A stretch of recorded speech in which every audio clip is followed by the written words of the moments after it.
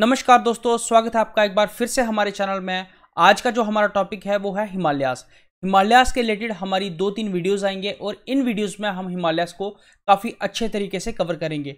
कोई भी चीज़ जो है वो नहीं छोड़ी जाएगी, हर एक चीज़ को माइनर से माइनर डिटेलिंग की जाएगी और अच्छे से सब कुछ कवर किया जाएगा। सारे पासिस, सारे पीक्स, लेंथ क्या है, विड्थ क्या है, लंबाई कितनी है, ठीक है, और हाइट कितनी है, ये सब कुछ इसमें अच्छे से कवर किया जाएगा। सारे माउंटेन्स को और सारी रेंजेस को अच्छे से देखा जाएगा।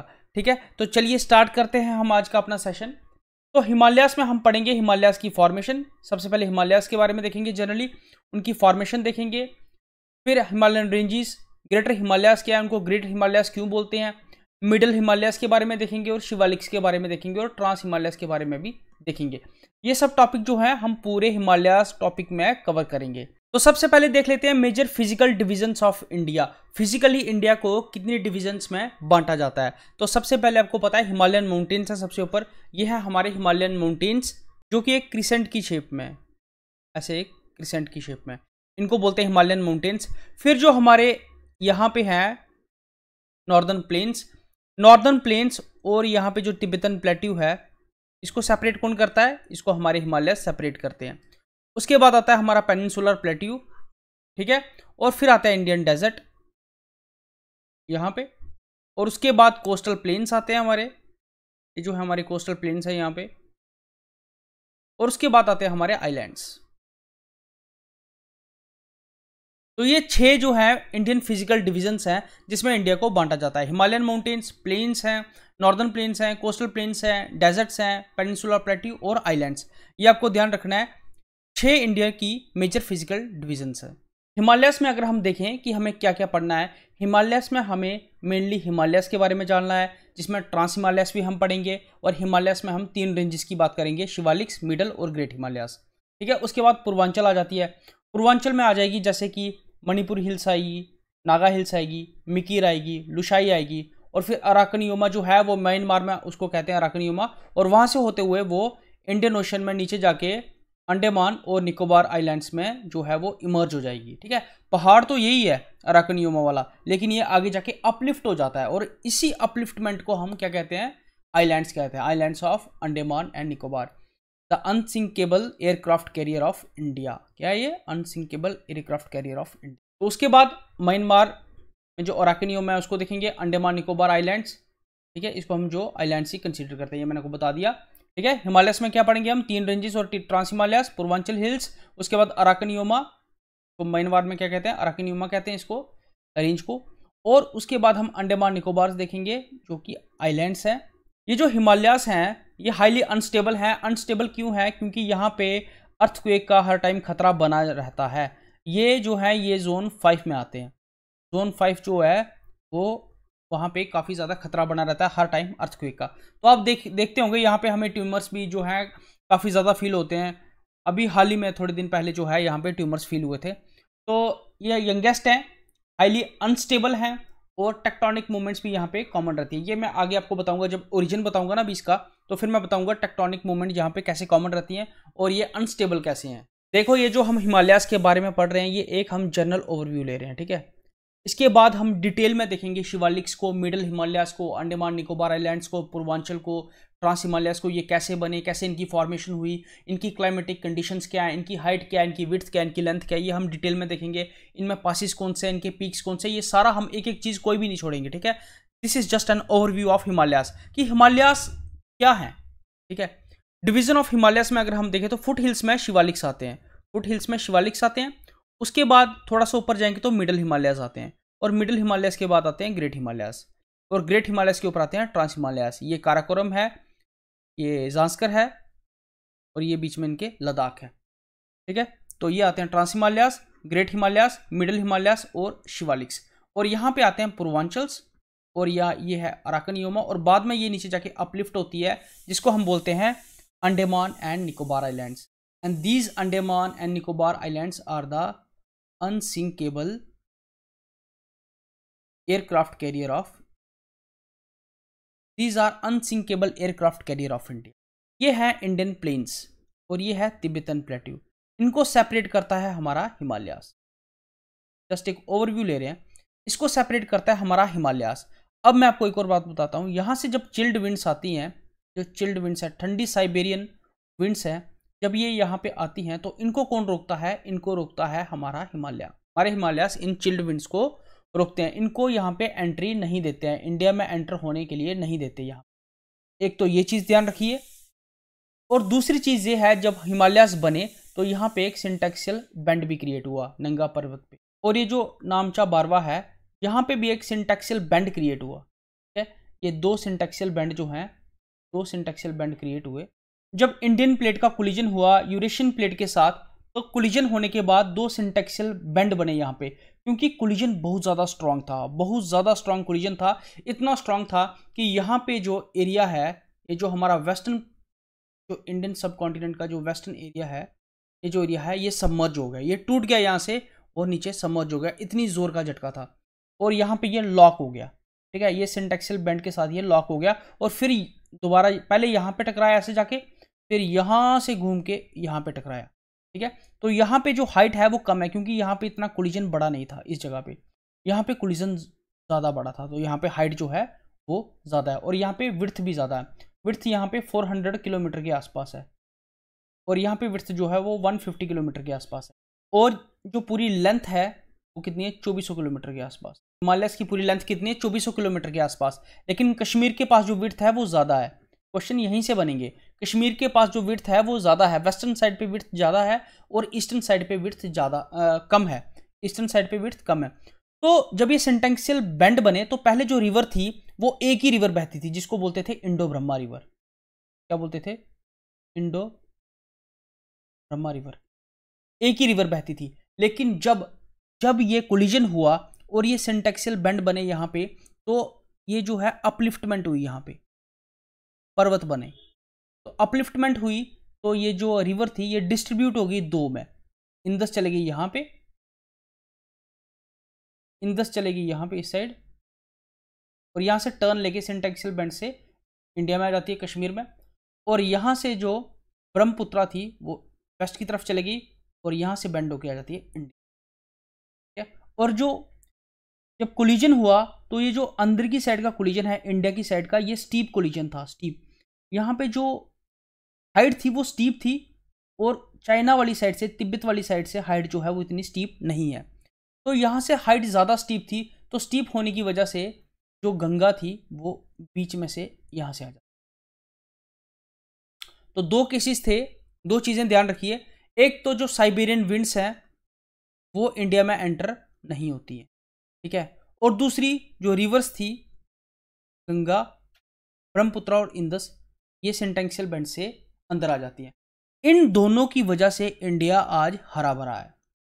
ठीक है, इन दोनों की वजह से इंडिया हरा भरा है, एक तो जो रिवर्स हैं उनकी वजह से, ठीक है, और ये जो साइबेरियन विंड्स है वो नहीं आती हैं उनकी वजह से, इनकी वजह से इंडिया हरा भरा है। नहीं तो अगर ये पेनिट्रेट कर जाती, ये जो विंड्स हैं ये इंडिया में अगर पेनिट्रेट कर जाती, ये कोल्ड विंड्स इंडिया में पेनिट्रेट कर जाती, और यहाँ पे जो इंदस रिवर है वो इंडिया में ना आके सीधा पाकिस्तान चले जाती यहाँ से, और ब्रह्मपुत्रा रिवर यहाँ से इधर पास कर जाती इससे, तो इंडिया जो होता वो एक डेजर्ट होता। क्या होता? इंडिया एक डेजर्ट होता। किसकी तरह? इराक की तरह और सऊदी अरेबिया की तरह, क्योंकि इराक, सऊदी अरेबिया और India are on the same latitude. ये इराक जो है, सऊदी अरेबिया जो है और इंडिया, ये तीनों सेम लैटिट्यूड पे हैं, अप्रॉक्सीमेटली सेम लैटिट्यूड पे हैं। अगर ये सब चीज़ें नहीं होती तो इंडिया भी एक डेजर्ट होता।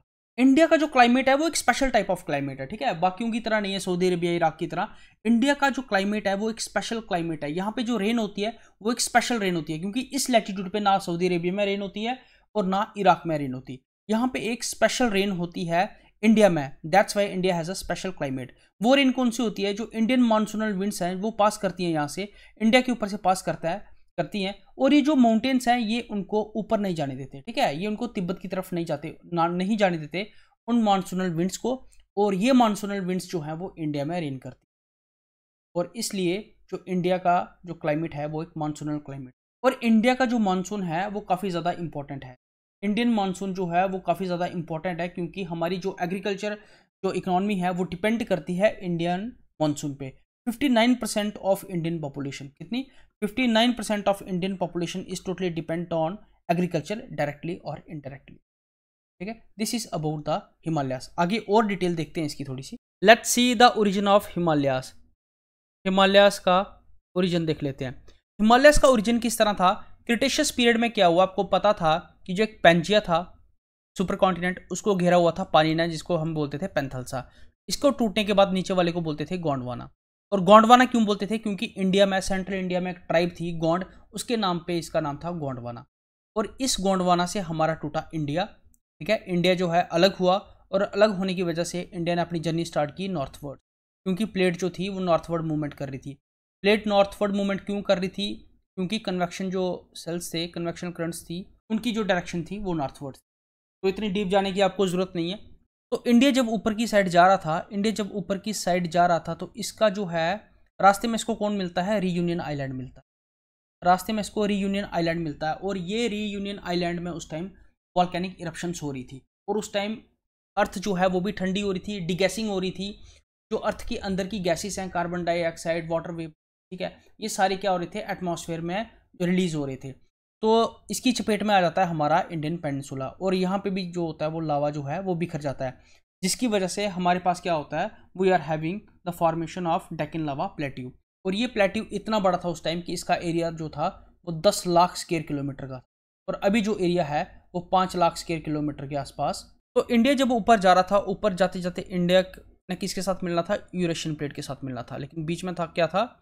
बीच में था पानी, तो हम बोलते हैं टेथिस सी। ठीक है, तो इंडियन प्लेट ने इस टेथिस सी प्लेट वाली को धक्का लगाया ऊपर की तरफ।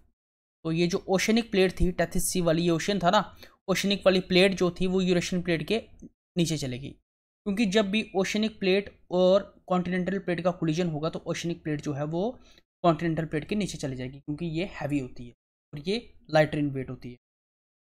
तो ये इसके नीचे चलेगी, which result into the formation of trans Himalayas. तो इससे क्या बनते हैं? ट्रांस हिमालयास।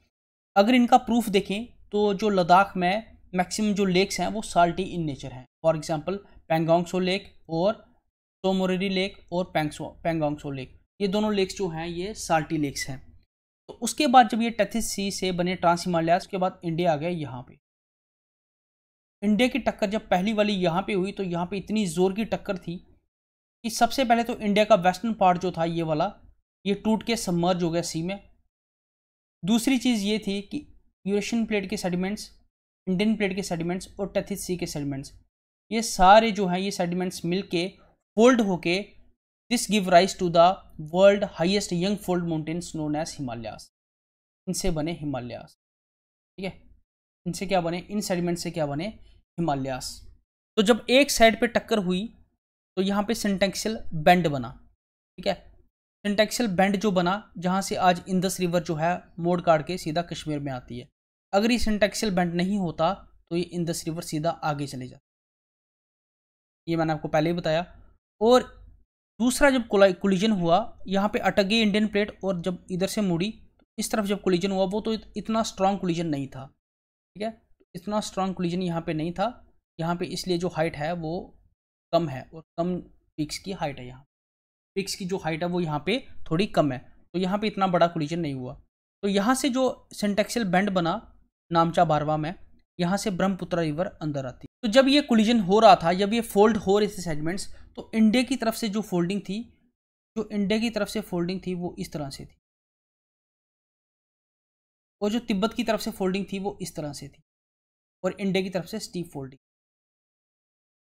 तो यहाँ से माउंट एवरेस्ट को, तिब्बत की तरफ से माउंट एवरेस्ट को क्लाइंब करना काफ़ी आसान है, लेकिन इंडिया की तरफ से, नेपाल की तरफ से माउंट एवरेस्ट को क्लाइंब करना काफ़ी ज़्यादा मुश्किल है। लेकिन चाइना ने क्या किया है, ये इसको यहाँ से क्लाइंब करना बैन कर दिया। क्यों बैन कर दिया? Due to cause of pollution की वजह से इसको इसने बैन कर दिया है, जिसकी वजह से जो डेथ रेट है माउंट एवरेस्ट पे चढ़ने का वो ज़्यादा हो चुका है। समझ रहे हैं बात? तो ये मैंने आपको बताया फॉर्मेशन ऑफ हिमालयास। ठीक है, उसके बाद मिडल हिमालयास बने, और उसके बाद लेसर हिमालयास भी, शिवालिक्स भी ऐसे बने। और आज हम जहाँ पे जम्मू एंड कश्मीर में, दिल्ली में बैठ के पढ़ रहे हैं या पढ़ा रहे हैं, वहाँ पे एक टाइम ऐसा होगा कि वहाँ पे भी हिमालयास होंगे। क्यों? क्योंकि जो इंडियन प्लेट है वो अभी भी आगे बढ़ रही है, यूरेशियन प्लेट के साथ वो टकरा रही है, कोलिजन कर रही है। ये ऐसा है कि हर साल 5 to 10 सेंटीमीटर जो है इंडियन प्लेट आगे बढ़ती है, जिसकी वजह से जो माउंट एवरेस्ट की हाइट है वो भी 5 to 10 सेंटीमीटर बढ़ जाती है। तो अभी भी जो इंडियन प्लेट है वो यूरेशियन प्लेट के नीचे जा रही है, जिसकी वजह से माउंट एवरेस्ट की हाइट बढ़ रही है। हमें अर्थक्वेक्स देखने को मिलते हैं, कश्मीर में अर्थक्वेक्स देखने को मिलते हैं, इंडोनेशिया में सुनामी देखने को मिलती है। ये सब चीज़ें प्रूफ बताती हैं कि जो इंडियन प्लेट है वो यूरेशियन प्लेट के नीचे अभी भी जा रही है। 5 से 10 सेंटीमीटर वो हर साल जो है वो खिसकती है उसके नीचे। तो ये थी जर्नी इंडिया की, तो मैंने आपको ऊपर बताई, ठीक है, ये जर्नी थी। ये बना, पहले जो टकराव हुआ वो यहाँ पे ऐसा हुआ, पहली जो टक्कर हुई वो ऐसे हुई यहाँ पे, और फिर जाके दूसरी टक्कर ऐसे हुई यहाँ पे बड़ा सिंटैक्सियल बेंड, और फिर दूसरा सिंटैक्सियल बेंड बना यहाँ पे। दिस इज नंगा पर्वत यहाँ पे, मतलब इधर नहीं है, इस जगह पे, और दिस इज नामचा बारवा। तो यहाँ से आती है इंदस अंदर घूम के, यहाँ से आती है ब्रह्मपुत्रा, और यहाँ से आती है गंगा। तो ये तीनों रिवर्स इंडो ब्रह्मा के नाम से पहले भी यहाँ पे थी, लेकिन जब हिमालय का राइज हुआ, ठीक है, तो ये बंट गई, ये 3 में बंट गई। अगर हम इसको इंडियन माइथोलॉजी से लिंक करें तो जैसे मैंने आपको बताया कि इंडियन जो वेस्टर्न कोस्ट था, they went under the sea. तो द्वारका द कृष्ण नगरी जो थी, Dwarka is also under the sea. Dwarka is somewhere in Gujarat, western side, ठीक है, वो भी इस टाइम नीचे है, अंडर द सी है। और आपको पता है गंगा, जब गंगा निकलती है, गंगा कम्स फ्रॉम विष्णु जी से जब गंगा निकलती है तो शिव जी क्या करते हैं, अपनी जटाओं से उसका प्रेशर जो है वो होल्ड करते हैं, ताकि वो डायरेक्ट प्रेशर के साथ पृथ्वी पे ना गिरे, ठीक है ना। तो शिव जी क्या करते हैं, अपनी जटाओं में गंगा का प्रेशर लेते हैं। तो वही जो इंडो ब्रह्मपुत्र है उसका प्रेशर किसने लिया है, यहाँ पे लिया है हिमालयास ने। तो ये जो है प्रेशर जो है एक रिवर को 3 में बांट लेती है, उसका प्रेशर जो है वो कम हो जाता है। And Tethys sea is relatable to the Samandar Manthan. ये कुछ फैक्ट्स हैं हिमालयास के बारे में, वो देख लेंगे। इनकी जो रेंजेस हैं वो पैरेलल है, आपको पता है, ग्रेट हिमालयास, मिडिल हिमालयास और शिवालिक्स, ये पैरेलल रेंजेस हैं, यंगेस्ट हैं और highest fold mountains of the world हैं। ये जो हिमालयन रेंजेस हैं ये डायसेक्टेड टाइपोग्राफी है, डीप वैलीज हैं। अब जो रिवर्स हैं वो बनाती हैं वी शेप वैली, ध्यान रखिएगा, रिवर्स जो हैं वो बनाती हैं V shape valley by erosion से, और जो ग्लेशियर्स हैं वो बनाते हैं यू शेप वैली। रिवर बनाती है वी शेप वैली और ग्लेशियर बनाता है यू शेप वैली। और यहाँ पे हमें ग्रैंड, और यहाँ पे हमें जॉर्जिस और कैनियंस भी मिलते हैं। जॉर्जिस जो होते हैं एक narrow steep sided valley type होती है, और अगर इसी को हम बड़ा कर दें तो इसको हम कैनियन कहते हैं। ये एक बेसिक सा डिफरेंस। तो रिवर बनाती है वी शेप वैली और ग्लेशियर बनाते हैं यू शेप वैली, ठीक है। हिमालयास आर स्टिल राइजिंग, बताया आपको, due to the collision of continental collision की वजह से हिमालयास आर स्टिल राइजिंग। जब तक ये इंडियन प्लेट डसती जाएगी उसके नीचे, तब तक ये हिमालयास राइज करते जाएंगे, माउंट एवरेस्ट की हाइट जो है वो बढ़ती जाएगी। टेक्टोनिकली वेरी एक्टिव एरिया है, अर्थक्वेक जो है यहाँ पे आते रहते हैं। They are having marine fossils on them. Marine fossils आपको पता है, जब टेथिस सी की प्लेट जो ओशनिक प्लेट थी वो यूरेशियन प्लेट के नीचे गई, तो वो एक ओशनिक प्लेट थी, तो मैरीन सेडिमेंट्स थे, ठीक है। So these are having marine fossils on them. As the Ladakh lakes, जो लद्दाख में पर्टिकुलर लेक्स हैं, they are salty lakes which proves that these lakes came out of the sea. तो जो साउदर्न स्लोप्स हैं उसकी काफ़ी स्टीप साइड है, और जो नॉर्दर्न स्लोप है वो इतना स्टीप नहीं है। तो ऊपर से माउंट एवरेस्ट को चढ़ने में काफ़ी आसानी होती है इस तरफ से, लेकिन इस तरफ से काफ़ी ज़्यादा वो स्टीप है, तो यहाँ से नहीं चढ़ पाते। तो लेकिन चाइना ने बैन कर दिया है ड्यू टू पॉल्यूशन, तो यहाँ से चढ़ना पड़ता है, जिसकी वजह से काफ़ी ज़्यादा डेथ होती है नेपाल साइड से। ज़्यादातर जो हिमालयन रेंजेस हैं वो कहाँ पे फॉल करती है, इंडिया, नेपाल और भूटान। वैसे पाकिस्तान और तिब्बत में भी फॉल करती है, पाकिस्तान चाइना में भी फॉल करती है, लेकिन इंडिया, नेपाल और भूटान जो है वो मैक्सिमम जो है रेंजेस जो है इन्हीं 3 कंट्रीज में। कुछ एविडेंसेस की बात कर देते हैं कि ऐसा ही हुआ था, कोई गप तो नहीं मारी हमने, ऐसा ही हुआ था, कुछ एविडेंसेस भी होना चाहिए ना। तो एविडेंसेस ये हैं कि हिमालयास जो है वो अभी स्टिल राइज कर रहे हैं, बिल्कुल राइज कर रहे हैं, ठीक है। Presence of marine sediments in Himalayas, marine sediments भी मिलते हैं हमें हिमालयास में, बिल्कुल मिलते हैं। सी बक एक ट्री है, ठीक है, सी बक एक ट्री है, एक थॉर्न ट्री है, वो सिर्फ या तो सी में मिलता है या तो हिमालयास में मिलता है। इसका मतलब ये है जो हिमालयास हैं वहां पे एक ना एक टाइम पे सी भी था, ठीक है। Himalayas are also rich in petroleum. अब पेट्रोलियम और कोल कैसे बनता है, जब कोई भी बायोमास, ठीक है, चाहे वो इंसान है, चाहे एनिमल है, चाहे प्लांट है, चाहे ट्री है, कोई भी बायोमास जब वो फ्रेश वाटर के नीचे दबता है ड्यू टू हाई प्रेशर और हाई टेम्परेचर से वो कोयले में कन्वर्ट होता है, कोयले में कन्वर्ट। लेकिन जब बायोमास मैरीन वाटर, ये ध्यान रखना, ये फ्रेश वाटर है, यहाँ ये फ्रेश वाटर, ये मैरीन वाटर है। जब कोई भी प्लांट बायोमास जो है मैरीन वाटर के नीचे दबता है and due to high pressure and high temperature ये कन्वर्ट हो जाता है पेट्रोलियम। तो कोल में वो चीज़ें कन्वर्ट होती हैं जो फ्रेश वाटर के नीचे आती दबती हैं high temperature and high pressure, और जो मैरीन वाटर के नीचे आती हैं वो पेट्रोलियम में कन्वर्ट होती हैं, और जो फ्रेश वाटर के नीचे आके दबती हैं वो कोयले में कन्वर्ट होती है। तो सी बग जो थॉर्न ट्री है वो या तो सी में मिलता है या तो हिमालय में मिलता है, और यहाँ पे हमें पेट्रोलियम डिपॉजिट्स भी मिलते हैं। और सबसे मेन बात, यहाँ की जो लेक्स हैं, ठीक है, जो लद्दाख में हमें लेक्स मिलती हैं वो लेक्स क्या हैं, वो साल्टी लेक्स हैं। वो क्या है, वो साल्टी लेक्स हैं। और अगर हम यहाँ पे वेजिटेशन देखी जाए तो ऐसे है ना इंडिया हमारा, तो यहाँ पे जो वेजिटेशन है ये nearest to the tropic of cancer है। जो ईस्टर्न साइड है वो nearest to the tropic of cancer है, और जो वेस्टर्न साइड है वो ट्रॉपिक ऑफ कैंसर से फार अवे है, दूर है। तो यहाँ पे जो वेजिटेशन पाई जाती है वो टेम्परेट पाई जाती है और एवरग्रीन कॉनिफेरियस पाई जाती है। और ये जो है ट्रॉपिक ऑफ कैंसर के पास है, यहाँ पे बारिश भी होती है, रिच इन बायोडाइवर्सिटी है। तो यहाँ पे क्या है, 3 तरह की वेजिटेशन पाई जाती है, ट्रॉपिकल, टेम्परेट और टुंड्रा।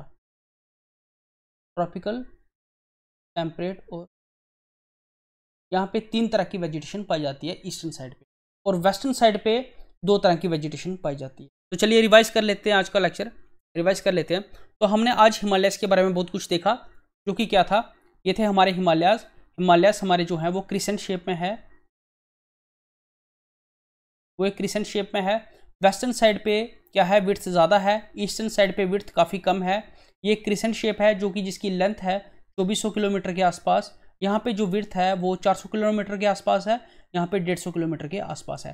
गोंडवाना से टूटा हमारा इंडियन पेनिनसुला, और वो ऊपर जा रहा था जब, तो रीयूनियन आइलैंड के वो संपर्क में आया, उसके इन्फ्लुएंस में आया, जिसकी वजह से हमारा जो है डेक्कन लावा प्लेट्यू बना कि 10 लाख स्क्वायर किलोमीटर उसका एरिया था उस टाइम पे, आज जो है वो 5 लाख स्क्वायर किलोमीटर एरिया के पास रह चुका है। ये पढ़ा हमने। उसके बाद हमने ये पढ़ा कि जब ये ऊपर गया तो ऊपर जाने पर इसका क्या हुआ, कोलिजन हुआ। टेथिस सी वाली प्लेट जो थी वो नीचे डस गई, किसके, यूरेशियन प्लेट के नीचे चले गई टेथिस सी वाली प्लेट, जिसकी वजह से ओरिजिन हुआ हमारे ट्रांस हिमालयास का ओरिजिन हुआ। और उसके बाद क्या हुआ, कॉन्टिनेंटल प्लेट आमने सामने आ गई। तो सबसे पहले जो कोलिजन हुआ वो वेस्टर्न साइड पे हुआ, ठीक है, वेस्टर्न साइड पे कोलिजन हुआ तो यहाँ पे सिंटैक्सियल बेंड बन गया, एक लॉक लग गया, और ये जो लॉक ही रहा, और इस लॉक को लगने के बाद ईस्टर्न साइड पे कोलिजन होता है, ठीक है। ये दोनों कोलिजन जो थे इनमें फ़र्क था, जो वेस्टर्न साइड वाला कोलिजन था ये स्ट्रॉन्ग कोलिजन था, और ये वाला थोड़ा वीक कोलिजन था। इन कोलिजन की वजह से जो सेडिमेंट्स थे, ठीक है, सेडिमेंट्स किसके थे, टेथिस सी के थे, इंडियन प्लेट के थे, यूरेशियन प्लेट के सेडिमेंट्स थे, वो क्रम्बल हुए, वो फोल्डेड हुए, और उनसे बना हमारा highest mountain, youngest fold mountain of the world, जिसको हम हिमालयस बोलते हैं, ठीक है। तो यहाँ पे जो पहले रिवर्स थी वो इंडो ब्रह्मपुत्रा रिवर जो थी वो हिमालयस के पहले भी बहती थी, टेथिस सी में वो आती थी। लेकिन उसके बाद क्या हुआ, जब हिमालयस बढ़ने लगे, ऊपर उठने लगे, तो ये 2 में डिवाइड हो गई, एक तो इंदस में डिवाइड हो गई, एक तो ब्रह्मपुत्रा में डिवाइड हो गई। इंदस जो थी वो यहाँ से आना स्टार्ट हो गई, और ब्रह्मपुत्रा यहाँ से आना स्टार्ट हो गई। और लेकिन जब यहाँ से भी अपलिफ्टमेंट हुई, बीच में से भी अपलिफ्टमेंट हुई, तो ये स्टीप अपलिफ्टमेंट हुई, तो थोड़ा पानी जो है वो यहाँ से आ गया, जिसको हम बोलते हैं गंगा, इंदस और ये ब्रह्मपुत्रा। इंडियन माइथोलॉजी से भी कनेक्ट करके आपको मैंने बता दी ये चीज़, ठीक है। तो अबाउट हिमालयस के जो एविडेंसेस थे वो भी मैंने आपको बता दिया, सी बग थॉर्न ट्री के बारे में, मैरीन सेडिमेंट्स मिलते हैं हमें हिमालयस में, ठीक है। हिमालयस की हाइट अभी भी बढ़ रही है, पेट्रोलियम जो है, पेट्रोलियम के हमें यहाँ पे डिपॉजिट्स मिलते हैं। तो ये सब चीज़ें हैं, लेकिन हम यहाँ पे कर नहीं सकते, खुदाई नहीं कर सकते, क्योंकि ये क्या है, जोन 5 है, अर्थक्वेक प्रोन एरिया है, लैंडस्लाइड एरिया है। तो अगर हम यहाँ पे करेंगे तो आइसोस्टेसी जो बैलेंस है वो बिगड़ जाएगा, और ज़्यादा खराबी जो है, और ज़्यादा अर्थक्वेक जो है वो आने की संभावना बन जाएगी। These are the evidences. तो जो स्टीपर साइड है वो, इंडिया वाली साइड जो है वो स्टीपर है, और जो तिब्बत वाली साइड है वो स्टीपर नहीं है, वो एक ग्रेजुअल साइड है। तो इंडियन साइड से चढ़ना जो है वो काफ़ी मुश्किल है हिमालयस को क्लाइंब करना, लेकिन ऊपर वाली साइड से, तिब्बत वाली साइड से काफ़ी आसान है। लेकिन यहाँ से चढ़ने नहीं देता है चाइना, क्यों, ड्यू टू पॉल्यूशन। तो यहाँ से चलता है नेपाल वाली साइड से, तो it cost lot of deaths here. Okay, so this is all about the lecture. Thank you so much and God bless you all.